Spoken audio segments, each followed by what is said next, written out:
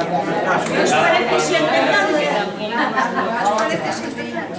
Sí, me da más aspecto de serio, de ser un hombre duro.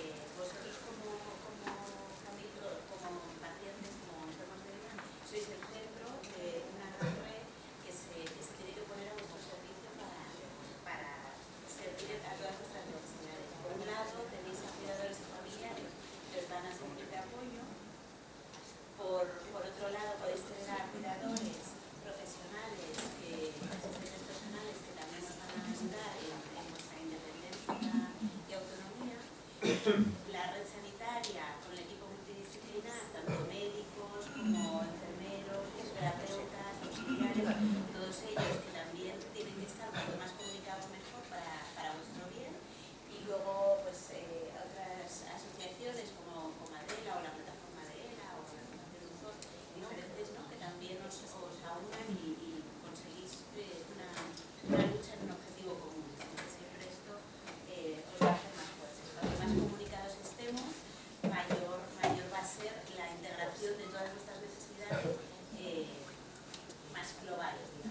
voy a dejar con esta frase: no hay problema que no podamos resolver, porque no hay problema que no podamos resolver juntos, y muy pocos que podemos resolver con nosotros. De ahí la importancia de que todos siempre estemos comunicados y nos informéis si los familiares o los enfermos lo que pasa, nosotros informemos también a los hospitales, a las unidades médicas, si tenéis vuestros familiares, y así se genera un poquito más de eso, de un proyecto común que es mejorar la calidad de vida y la autonomía. Pues os voy a dejar con Raúl. Reitero los agradecimientos de Sara por haber invitado, es un placer estar aquí. Decidme si no se oye bien, no sé si a lo mejor queréis avanzar un poco o vais bien. Si veis que no oís bien, podéis adaptaros un poquito. Vale, pues nosotros hemos pensado al principio, vamos a hablar un poco, porque bueno, algunos ya lo podéis conocer porque habéis pasado por ello, algunos no, pero un poco explicaros cómo a nivel médico, cómo se realiza el diagnóstico médico y cómo se gestiona todos los problemas respiratorios. Como el médico empieza a evaluar cuando considera que comienza a haber problemas respiratorios y qué es lo que hay que hacer. ¿Vale? Entonces, la primera parte de la presentación va a ser un poco que tengáis una idea de cuáles son lo que el médico puede hacer, puede pediros para diagnosticar el problema. Entonces, lo primero que va a hacer es, evidentemente, hacer un interrogatorio. ¿Okay? Entonces, tenéis un interrogatorio clínico y os preguntarán seguramente si notáis que al principio que os falta el aire cuando os acostáis. ¿Vale? Esto es lo que yo os he puesto, digamos, los términos más médicos, con la idea de que os suene una vez que lo oís para tratar de explicaros en qué consiste. La ortopnea consiste precisamente en eso. Consiste en que cuando nosotros nos tumbamos empecemos a sentir sensación de falta de aire. ¿Pero eso por qué ocurre? Pues ocurre porque cuando nosotros nos tumbamos, el diafragma, que es el músculo principal de la respiración, tiene más dificultad. Entonces el diafragma empieza a estar débil, cuando estamos tumbados todas las vísceras, intestino, estómago suben, el diafragma le cuesta más moverse. Entonces, un síntoma de que el diafragma comienza a estar débil es cuando notamos sensación de falta de aire al estar tumbado. Luego también puede ocurrir que haya disnea del esfuerzo, que eso quiere decir que es sensación de falta de aire cuando a lo mejor hacemos un esfuerzo, como puede ser subir escaleras, como puede ser caminar 100 metros, un esfuerzo que por sí no tendría por qué dar sensación de falta de aire, pero que la persona empieza a notar que le cuesta. Nos preguntarán también si tenéis algún tipo de alteración del sueño. Una alteración, pues, por ejemplo, insomnio, que os cueste más dormir, o al contrario, que tengáis más necesidad de dormir de lo habitual. Eso puede indicar que hay un inicio de problemas respiratorios. Y eso que puede ocurrir, que durmamos bien, que durmamos bien, pero que cuando nos levantamos por las mañanas notamos que nos duele la cabeza. Que por la mañana te despiertas además como igual de cansado que te acostaste y con dolor de cabeza. Eso es un signo que indica que durante el sueño hay algo que no es correcto, es probablemente que no respiramos, no ventilamos correctamente, y al no ventilar correctamente retenemos más dióxido de carbono, CO2, y al retener más CO2 por las mañanas tenemos esas sensaciones de dolor de cabeza y sensación de cansancio. Incluso al no dormir bien tenemos somnolencia diurna, durante el día, como no hemos descansado durante la noche, durante el día estamos más dormidos. Y luego, otra pregunta que seguramente os podrán hacer es preguntaros si notáis que tenéis más secreciones, como más flemas a nivel de pulmón, o que notéis que cuando toséis más a menudo y cuando toséis suena como más con flema, ¿de acuerdo? Eso, lo mismo, puede indicar que, por la razón que sea, hay más flemas, son más difíciles de expulsar, o que cuando es, por ejemplo, una ELA tipo vulvar, que haya algún tipo de problema para tragar, como se llama la disfagia, y que entonces al tragar haya parte de lo que se traga, que puede ser la saliva, que en vez de guardar al esófago, va a la entonces son preguntas que van a poder hacer para saber el punto de la enfermedad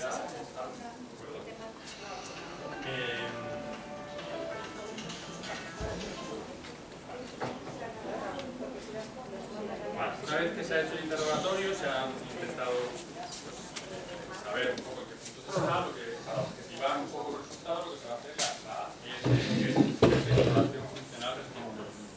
Eso algunos habéis pasado ya, lo que hacen es simplemente os van a pedir que sopléis en un aparatito, y en este aparatito lo que vamos a medir son los volúmenes pulmonares, es decir, la cantidad de aire que entra y que sale de nuestros pulmones, ¿de acuerdo? Entonces, bueno, obtendremos los valores de lo que es, veréis que hablará mucho de la capacidad vital. La capacidad vital es el volumen de aire, es decir, la cantidad de aire que nosotros movilizamos cuando respiramos de manera normal. Pero ahora todos estáis respirando y movilizáis, teniendo en torno a 400, 500 medio litro de aire, perdón. Entonces, cada vez que respiramos. Eso es lo que llamamos el volumen corriente. Luego, si yo os pido que hagáis una inspiración profunda, iremos a nuestro volumen de reserva inspiratorio, es decir, la cantidad de aire que nosotros somos capaces de coger, más allá de lo que cogemos en condiciones normales. Y si luego os pido que hagáis una expiración profunda, iremos hacia nuestro volumen de reserva expiratorio. Eso quiere decir el aire que somos capaces de vaciar de nuestros pulmones, que en condiciones normales siempre se queda ahí. Todo eso, ¿vale? Es lo que llamamos la capacidad vital. ¿De acuerdo? Pero antes hemos hablado de capacidad vital muy importante.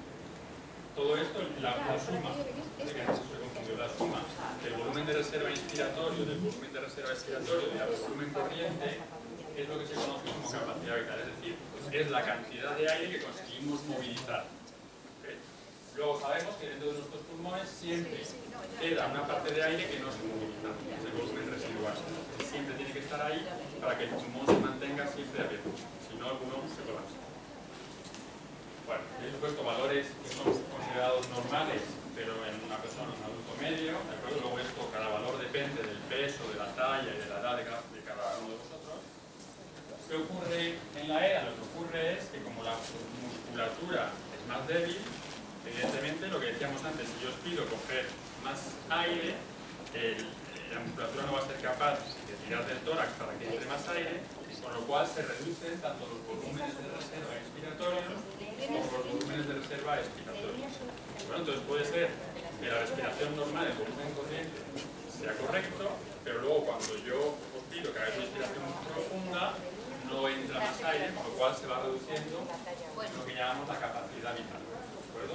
Por eso es por lo que se le da importancia a la capacidad vital, porque nos indica que en un momento determinado en el que tú, por ejemplo, vas a hacer una actividad, necesitas más volumen de aire, más cantidad de aire, tus músculos no son capaces de dar. ¿Okay?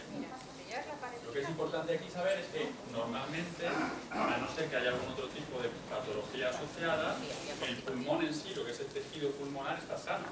Lo único que falla aquí es el fuelle. Lo único que falla es que el músculo no es capaz de generar una depresión, es decir, de abrir el tórax para que se aire. ¿De acuerdo? Pero el pulmón, y eso es importante, y luego hablaremos, el pulmón en sí, lo que es el tejido pulmonar, es sano. ¿De acuerdo? Entonces, cuando el aire llega cargado de oxígeno, el oxígeno es capaz de pasar a la sangre sin problema. ¿De acuerdo? Vale.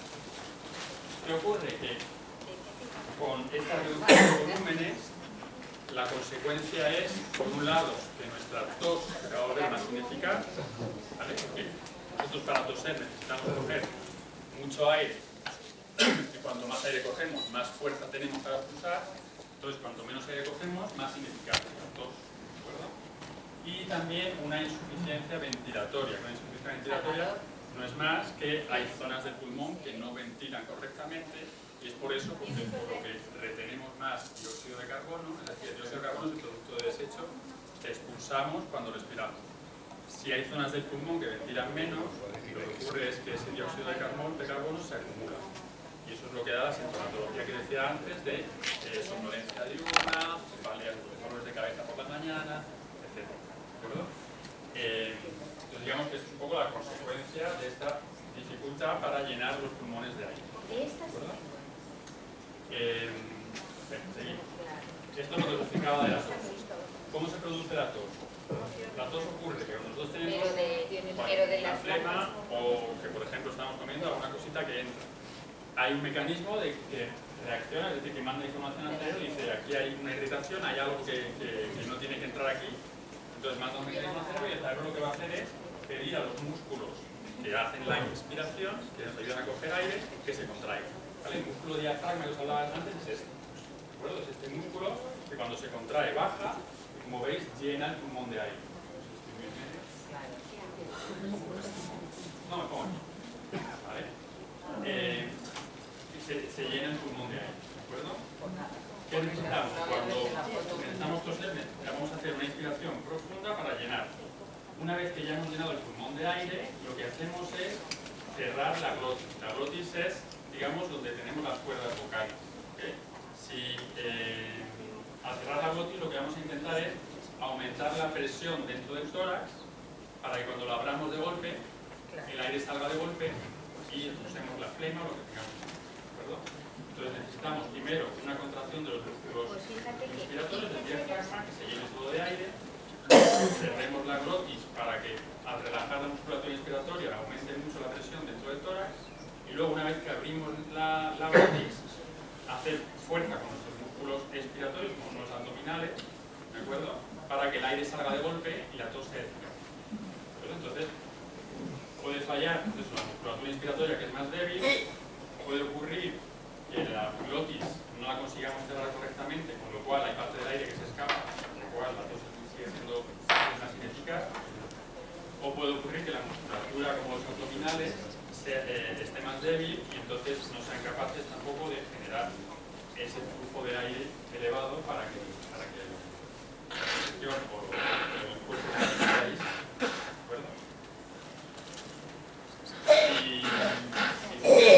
Si son palabras muy técnicas, pues ya me lo decís. ¿Vale? La idea es que podáis preguntar y que sea dinámico y que no sea un cuento y nada más. Entonces, interrumpidme en el momento que queráis, y hasta ahora también. Las dudas que vayan saliendo, adelante. Bueno. ¿Qué ocurre? Que también, para medir la fuerza de la tos, como os decía, lo que estamos generando al final es un flujo de aire que sale de nuestro pulmón. Tenemos el espirómetro, la espirometría, como hemos visto antes, pero luego tenemos otros aparatos mucho más sencillos, que es el flujómetro, el tipo flujo, se llama Peak Flow, este aparatito. Es un aparatito muy sencillo y lo único que mide es la velocidad con la que nosotros conseguimos sacar el aire. ¿De acuerdo? Este aparato, cuando soplamos dentro, lo tenemos aquí. Simplemente cuando yo voy a soplar dentro, ¿vale? Lo que va a hacer es subir en función de la velocidad con la que yo he expulsado el aire. ¿De acuerdo? Entonces, a través de estudios se sabe que cuando tenemos un flujo mayor de entre 360 y 1200 se considera normal. Sin embargo, cuando este flujo, ¿vale? La velocidad del aire, baja por debajo de 270 litros por minuto, eso nos indica que seguramente la tos no es eficaz. ¿De acuerdo? Que la tos que nosotros estamos haciendo no consigue expulsar la flema o lo que tengamos. ¿De entonces, en ese caso es cuando ya vamos a empezar a intervenir nosotros con técnicas que luego vamos a ver para ayudar a que la tos sea más eficaz, técnicas manuales, compresiones manuales, etc. Y lo que sí sabemos es que cuando este pico flujo tos es menor de 160, ahí es necesaria una ayuda técnica, una ayuda instrumental como es el Cough Assist, que también vamos a ver luego. ¿De acuerdo? Entonces, este aparatito, ¿qué ventaja tiene? Que cuesta 15 euros y con esto podemos tener un seguimiento de cómo está la eficacia de nuestra tos. Y sin él lo sabemos, pero eso es una manera de objetivarlo y a nosotros por lo menos nos ayuda a saber en qué punto estamos. ¿Vale? A saber si realmente es un flujómetro o un peak flow. El peak flow, un peak flow, esto se utiliza mucho para pacientes con asma. En realidad esto está pensado para pacientes con asma. Bueno, pasa que luego se ha dado este uso para ver el asma también disminuye, no por problema de tos, sino por problema de obstrucción de la vía aérea, es otro tema, pero esto se utiliza para el seguimiento de pacientes de asma. Pues mira, este aparato lo que tienes que hacer es, lo que te vas a pedir es coger mucho aire, todo el aire que puedas, se aplica y se tose dentro, toser, o hacer, ¿de acuerdo? Entonces, si alguien quiere que lo probemos,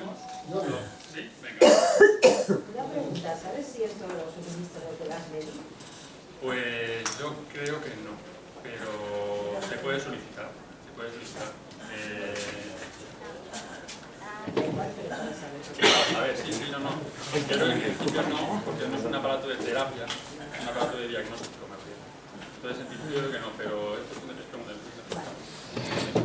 Entonces, bien, lo que vamos a hacer, siempre que esté la persona en posición sentada, ¿vale? Sentado es importante porque la tos es mucho más eficaz cuando estamos sentados que cuando estamos tumbados, ¿de acuerdo? Entonces, lo que te voy a pedir es que cojas mucho aire, yo te voy a aplicar la máscara y cuando una vez te has metido todo el aire, toses de golpe, ¿de acuerdo? Entonces, coge mucho aire. Vale, muy bien. Pues 280. ¿Estás justo ahí? Por encima de 260 decimos que se puede considerar normal. Siempre hacemos, para medir la tos, hacemos siempre 3 y cogemos la mejor. Somos optimistas, ¿vale? Entonces, coge mucho aire y tose. Esta no vale. Perfecto, repetimos. Vale, por ejemplo, aquí no ha valido, ¿por qué? Porque no he aplicado bien la máscara, había una fuga y casi no ha subido. ¿Vale? Venga, coge mucho aire y... Vale. Aquí un poquito más bajo, 220. 210. Vale, a veces o no, efectivamente, porque a veces la técnica no se conoce bien y no se hace bien, generalmente, bueno, depende, la verdad es que depende, a veces la segunda es la que más da, en tu caso yo creo que la primera va a ser bastante buena. Hacemos una tercera, venga, descansa un poquito, esto también, ahora lo hacemos un poquito más rápido, pero entre medias se puede descansar, dejarlo un minuto de descanso y se hace una tercera, ¿vale? ¿Listo? Coge mucho aire y tos. Y esta igual, se ha quedado más bajito. Entonces nos quedamos con 280, que ha sido la primera y ha sido la más alta. Entonces consideraríamos que su pico flujo tos es de 280. Entonces, hoy por hoy, hay que vigilarlo, pero hoy por hoy, bueno, ya podríamos... En ese caso, nosotros lo que hacemos es siempre tratar de adelantarnos y empezar a enseñar las técnicas para ayudar, pues si en algún momento, por ejemplo, si hay una infección o hay cualquier problema, el pico flujo tos siempre baja un poquito. Pero entonces, si lo vemos un poco límite, lo que hacemos es empezar a explicar cómo son esas técnicas, cómo tenemos que hacerlas, cómo lo tiene que hacer el cuidador o el familiar. Claro, sería que con una pequeña presión abdominal, en realidad tú subirías a un valor mucho más alto que te haría una tos completamente normalizada. O sea, que estás en una fase en la que ahora mismo tú coges aire, alguien te ayuda un poquito y tú sacas muy bien tus secreciones. Yo lo que hago es coger aire, apretar las piernas.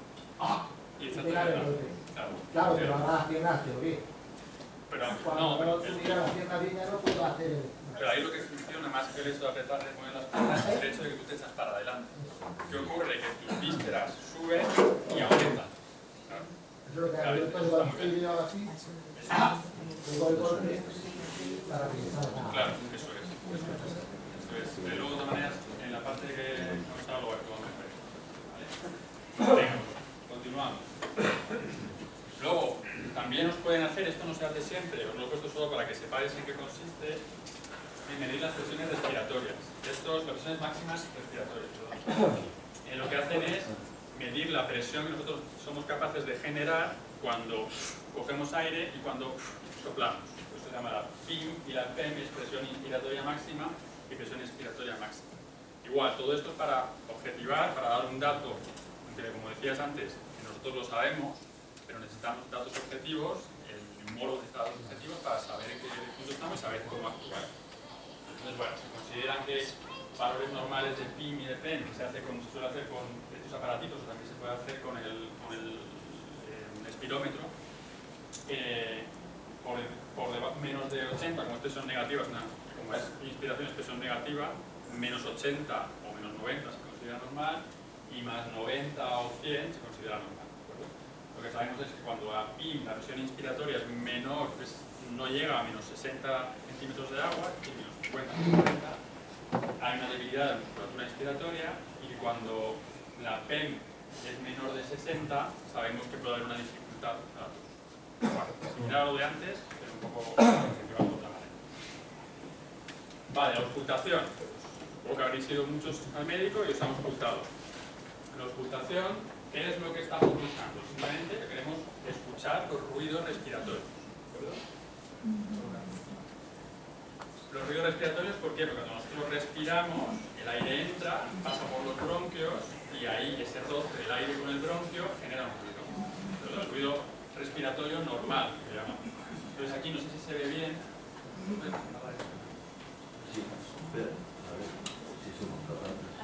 Ahí, vale. Ahí mejor. Vale. Bueno, pues esto sería una radiografía normal. Lo que se ve en negro es el pulmón que está lleno de aire. ¿De acuerdo? Entonces, cuando nosotros vamos a hacer la auscultación, vamos a aplicar el estetoscopio y lo que escuchamos realmente es cómo el aire pasa a través de los bronquios. Entonces, lo normal es escuchar aire que pasa. ¿De acuerdo? Si hay flemas dentro del pulmón, se escuchará el aire que pasa y aparte un sonido, que es lo que llamamos los crepitantes, que hace como cuando, se suele decir, es como cuando pisamos la nieve, el sonido de crepitante, ¿vale? Es un sonido de crepitante, es un sonido que hay presencia de líquido o de flema dentro de la vía aérea. Vale, pero bueno, ¿qué es lo que quiero que nos quedemos aquí? Es que si, por ejemplo, tenemos una neumonía en el pulmón izquierdo, ¿verdad? Nosotros vamos a aplicar nuestro estetoscopio. ¿Qué va a ocurrir? Que no vamos a escuchar nada. Claro, nada quiere decir nada, es decir, no hay aire que pase. Entonces tampoco se considera normal el hecho de que no haya aire que pase. ¿Verdad? Entonces en la auscultación lo que nosotros vamos a constatar es primero si hay aire que pasa y si hay aire, si hay un ruido que se añade, como puede ser presencia de este. Pero el hecho de que no se encuentre nada es patológico, ¿vale? No es bueno. O puede ser, a lo mejor no es una neumonía, pero puede ser, como hablábamos antes, que como nosotros al ventilar, si tenemos menos capacidad de movilizar aire, a lo mejor las bases de los pulmones no llega aire. Entonces nosotros al auscultar vamos a constatar que en esa zona o se oye muy poco o no se oye nada de aire. Y eso es porque no está entrando aire. ¿De acuerdo? Que no tiene por qué, no creo que sea, aunque siempre que no haya aire va a ser una neumonía. Esto era un efecto. ¿Okay? Pero puede ser que, por lo que decíamos, con el hecho de no movilizar correctamente haya zonas que no llegan. Claro, hay veces que vamos a urgencias porque nos encontramos mal, estamos teniendo fiebre y no... Bueno, pues vamos a urgencias, en urgencias tampoco saben lo que es una ELA, pues nos auscultan, ven que todo está más o menos bien, que no pues tenemos infección tampoco urinaria ni nada y nos devuelven otra vez para casa. Puede ocurrir, vamos, hemos tenido casos de gente que ha ido a urgencias, le han devuelto para casa y luego 3 días después le han diagnosticado neumonía cuando ha vuelto a urgencias. Entonces, solo para que sepáis que cuando hay fiebre quiere decir que hay infección, puede ser que sea urinaria, no tiene por qué ser de otra cosa, pero que sobre todo si estamos teniendo problemas para tragar, por ejemplo, hay mayor probabilidad de que la infección sea respiratoria, si hemos cogido frío, estamos en invierno, también hay esa que lo sea, y podría ocurrir que sí que estemos teniendo un principio de infección respiratoria que cuanto antes lo veamos, mejor. Entonces, para aquellos que tengáis pues, las unidades de ELA, mejor que llaméis a la unidad de ELA y le preguntéis mejor que pasar por urgencias, y para aquellos que no las tengáis y tenéis acceso también a vuestro neumólogo, pues, o alguna forma de acceder a él, pues mejor que sea vuestro neumólogo el que determine si a lo mejor no es nada respiratorio, ¿no? Y si no, en caso de que os devuelvan para casa, pues intensificar un poquito la fisioterapia respiratoria con vuestros fisioterapeutas para ver si de verdad sale bien. Si sacamos una secreción, hay botes de estos igual que son los botes de orina, que podéis echar la flema ahí y que por lo menos vean si ahí está la infección, ¿vale?